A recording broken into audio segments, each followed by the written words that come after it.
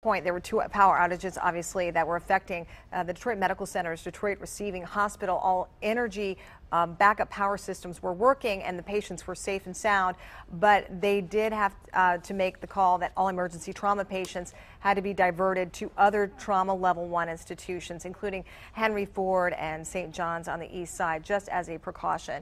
And for those who attend Karmanos for radiation and oncology treatment, the Gershenson Radiation Oncology Center does get its power from Detroit Receiving Hospital, so it was impacted as well, and they have canceled all remaining radiation treatment appointments at the downtown location there for Barbara Ann Karmanos Cancer Institute. If you plan on going to the DIA today, you'll have to change your plans. It is closed for the day.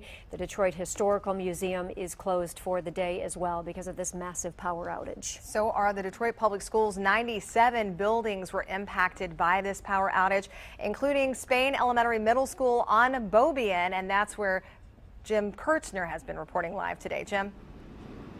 Yes, we've actually moved from that elementary school because that evacuation and sending the students home early was sort of winding down. We did talk with several parents and grandparents who had to come over on an emergency basis to pick up the kids. We talked to some of the kids who were in their classrooms when they went dark. Some of the kids as young as kindergartners, 5 years old, got a little bit scared. We had one parent say that his son is certainly afraid of the dark, but the good news is that's winding down. Most of those kids are finding their way home with their parents and grandparents. We have moved down the street here on Beaubien to what you just talked about, the DMC, and this is a massive, sprawling complex here. Take a look. That's Children's Hospital with all of the glass enclosure down there.